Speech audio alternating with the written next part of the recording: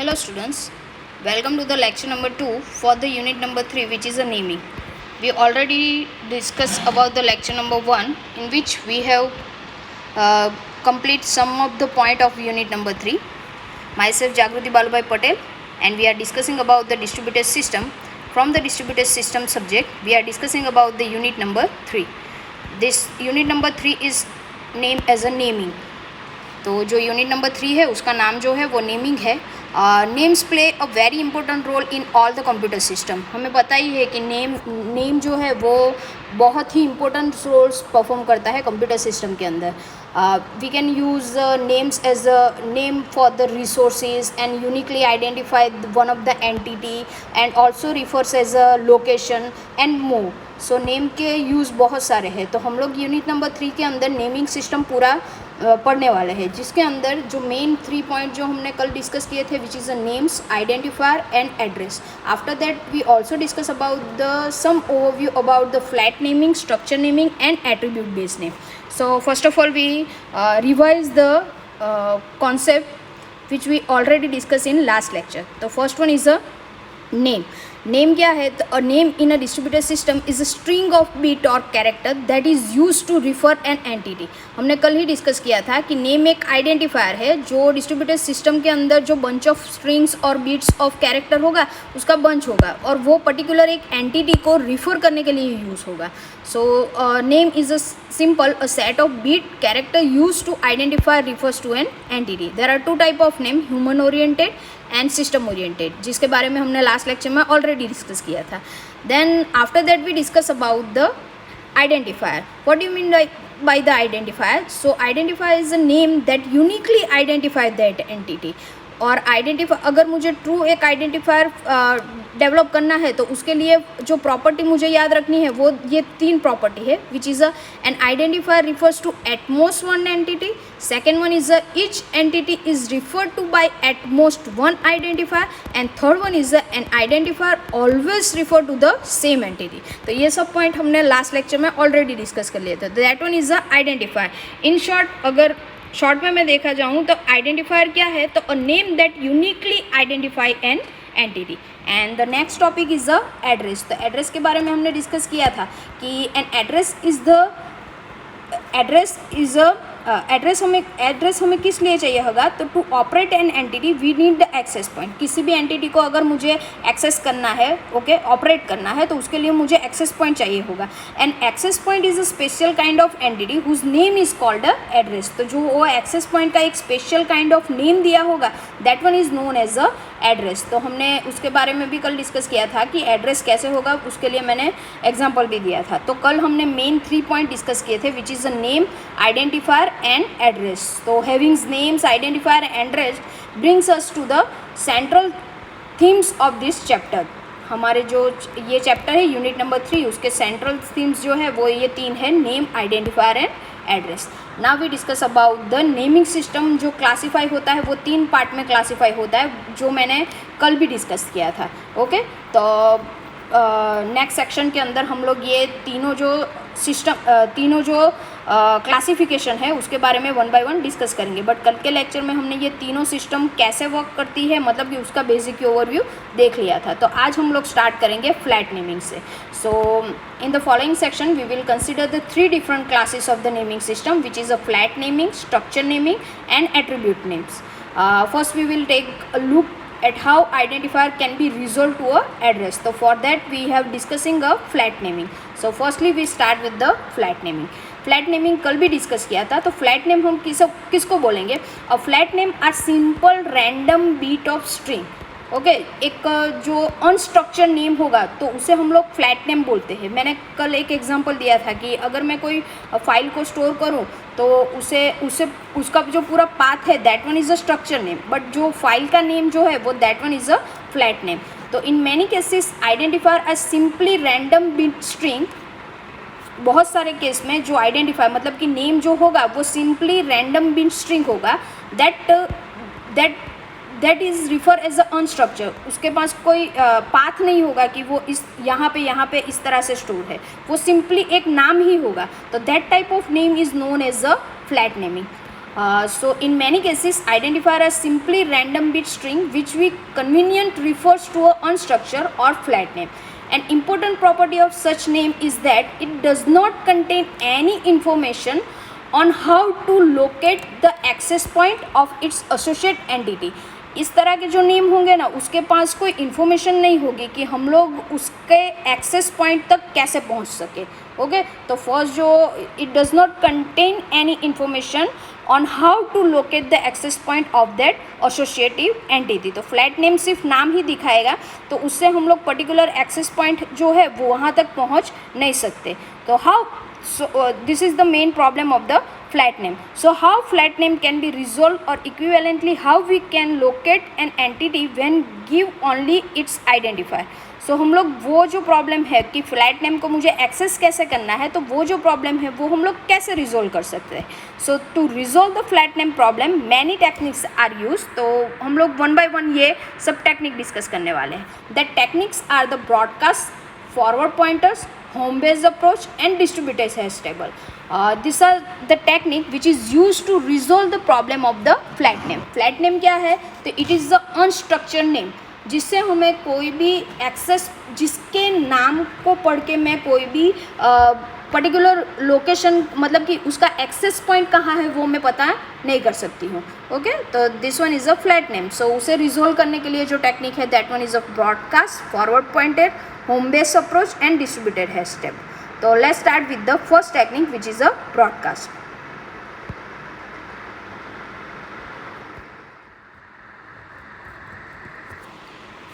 तो ब्रॉडकास्टिंग के बारे में हम लोग अब डिस्कस करने वाले हैं. तो फ्लैट नेमिंग को रिजोल्व करने के लिए जो फर्स्ट टेक्निक है, that one is a broadcasting. तो first of all it is a very simple solution for locating an entity using the broadcasting. So broadcasting is a very simple solution to locating an entity, but it only used for the local area network. So this solution is applicable for only local area network. अगर local area network है तभी हम लोग broadcasting technique use कर सकते हैं. Okay, तो broadcasting is a facility are offered by a local area network in which all machines are connected to a single cable or a logical equivalent. Also local area wireless network fall into this category. So broadcasting technique हम लोग flat naming को resolve करने के लिए use तो कर सकते हैं, but it is only use for the local area network, local area wireless network only. To locating an entity in such an environment is very simple. मैंने बोला कि this one is a very simple solution to locating the entity. Like consider a distributed system built on a computer network that offer a efficient broadcasting facility. Typical such facilities are offered by a local area network in which all machines are connected to a single cables or the logical equivalent therefore.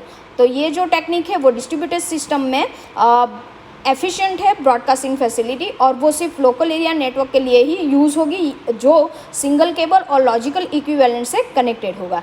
Locating an entity in such an environment is very simple. Broadcasting के अंदर जो हम लोग entity search करने के लिए जो ये टेक्निक यूज़ करेंगे, this one is a very simple because a message containing the identifier of an entity is broadcast to each machine and each machine is requested to check whether it has the entity or not. तो यहाँ पे क्या होगा कि जो भी message containing, जो भी आइडेंटिफायर हम लोग फ्लैट नेम सर्च कर रहे होंगे, उसके लिए एक जो मैसेज होगा वो हम लोग ब्रॉडकास्ट कर देंगे पूरे सिस्टम के अंदर. तो सभी जितने भी मशीन कनेक्टेड होंगे वो सभी रिक्वेस्ट को चेक करेंगे कि that type of flat name is available on their PC और नॉट. अगर वो अवेलेबल होगा तो वही पीसी जो होगा वो रिक्वेस्ट को एक्सेप्ट करेगा.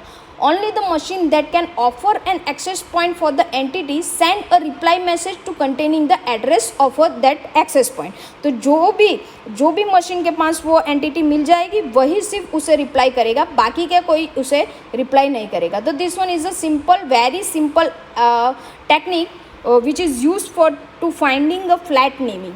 ओके, फ्लैट नेम फाइंड करने के लिए जो सिंपल टेक्निक यूज़ होती है, that one is a broadcasting. But उसका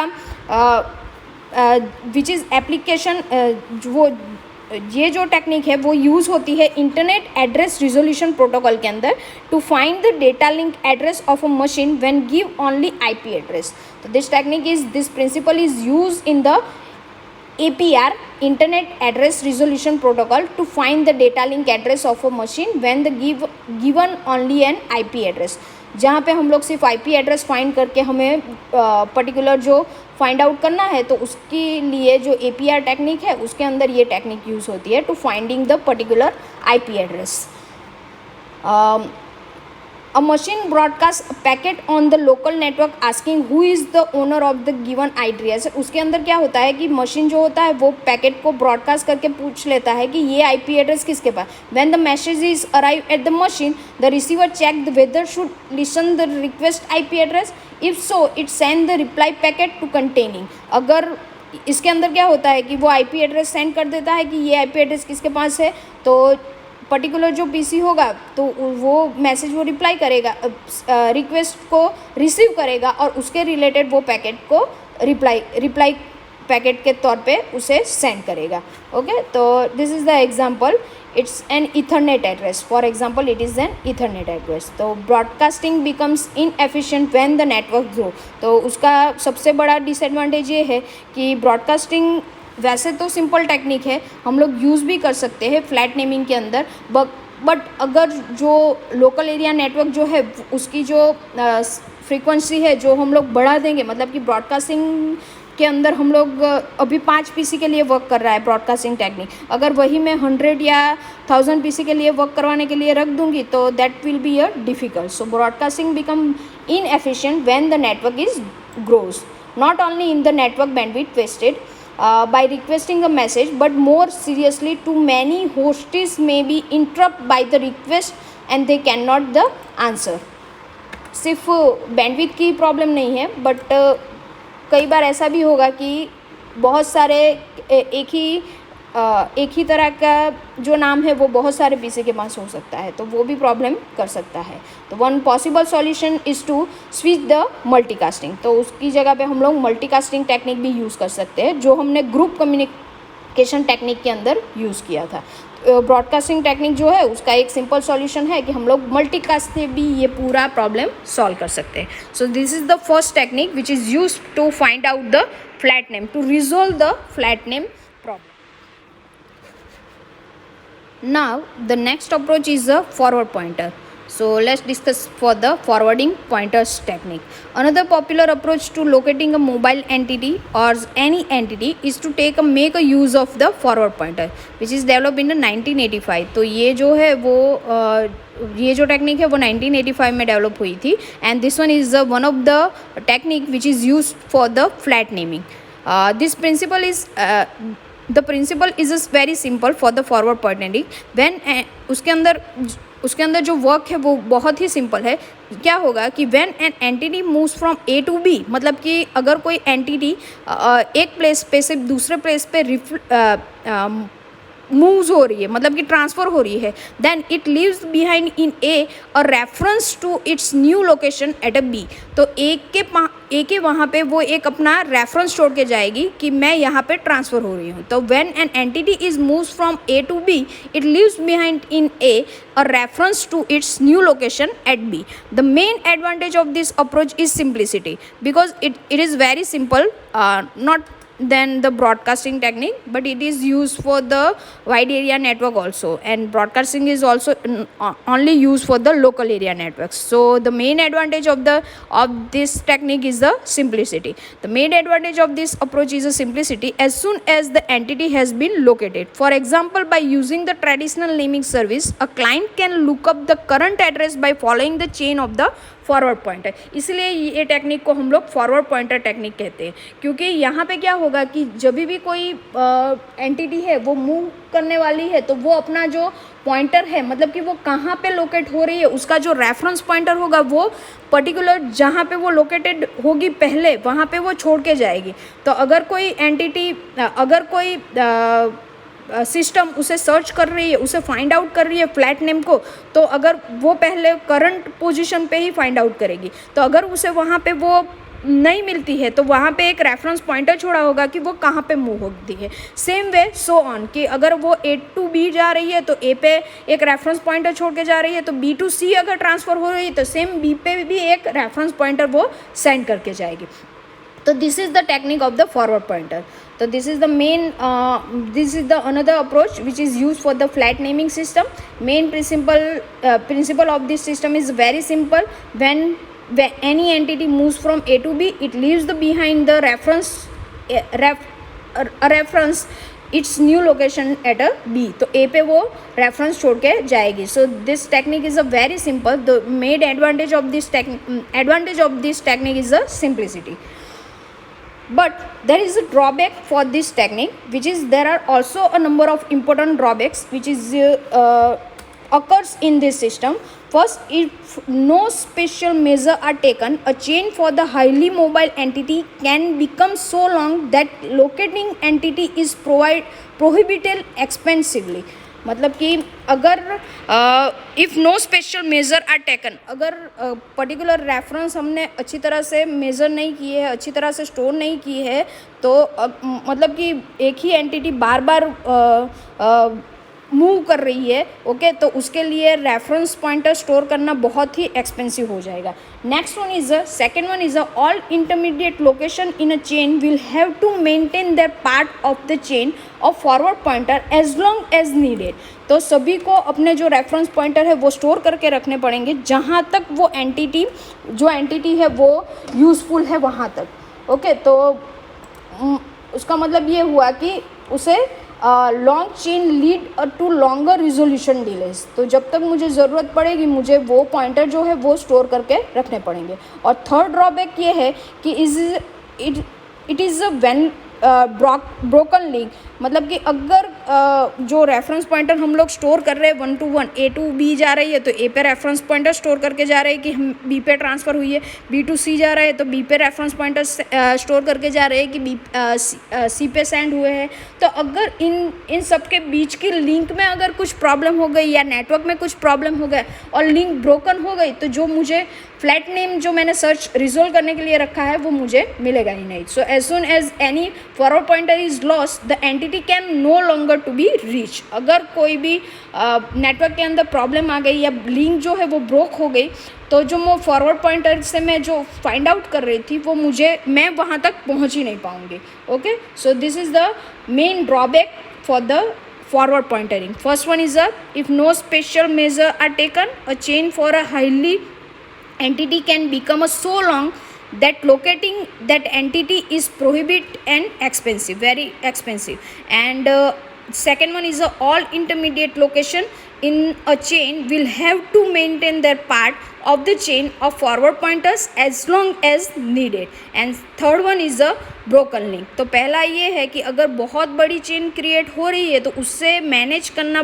बहुत ही एक्सपेंसिव हो जाएगा और उसे लोकेटिंग करना भी बहुत ही ज़्यादा प्रॉब्लमेटिक होगा. और सेकेंड ड्रॉबैक ये है कि अगर फॉरवर्ड पॉइंटर चेन जो है वो locating all chain will have maintain that, सभी जहाँ पे वो फॉरवर्ड हो रहा है तो उसके लिए मुझे एक रेफरेंस पॉइंटर स्टोर करने के लिए रखना पड़ेगा. और थर्ड वन है कि अगर लिंक ब्रोकन हो गई तो जिसके बारे में मैं सर्च कर रही हूँ वो मुझे पॉइंट ही नहीं मिलेगा. तो this is the main drawback for the forward pointer techniques. Now this is the solution for this all the problem. So let's discuss this solution using this diagram.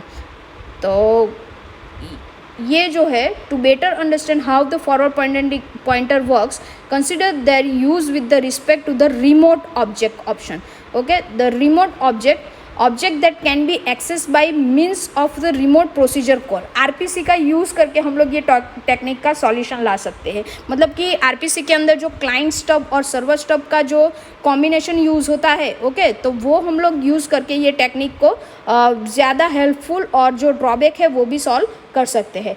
Stub का मतलब क्या होता है, ऑलरेडी हमने chapter number 2 में ये client stub और server stub के बारे में डिस्कस किया था. स्टब क्या है, तो a stub in a distributed system is a piece of code that convert the parameter passed between the client and server during the RPC call.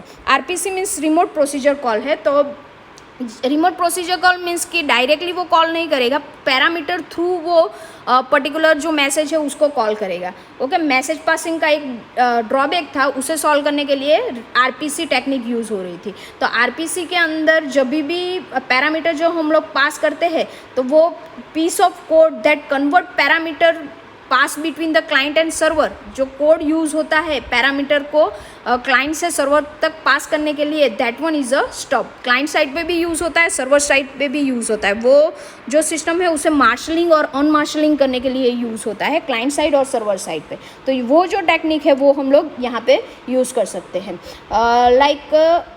यहाँ पे एक एग्जाम्पल दिया है जिसके अंदर ये टेक्निक यूज़ की है। Whenever an object moves from address space A to B, it leaves behind the client stub in its place in A and install a server stub that refers to in it B। तो यहाँ पे देखो process 1 अभी transfer हो रही है process 3 के ऊपर। ओके, प्रोसेस 1 से कुछ ट्रांसफ़र हो रहा है प्रोसेस 3 के ऊपर। तो ये अपना यहाँ पे एक क्लाइंट स्टब जनरेट करके जाएगा और यहाँ जो है वो अपना सर्वर स्टब जनरेट करेगा। सेम वे अगर प्रोसेस 3 से वो ट्रांसफ़र हो रही है तो सेम वे अपने वहाँ पे वो क्लाइंट स्टब जनरेट करके जाएगा और यहाँ पे वो प्रोसेस स्टब जनरेट करेगा। तो उसी तरह से क्लाइंट स्टब और सर्वर स्टब जनरेट होते रहेंगे।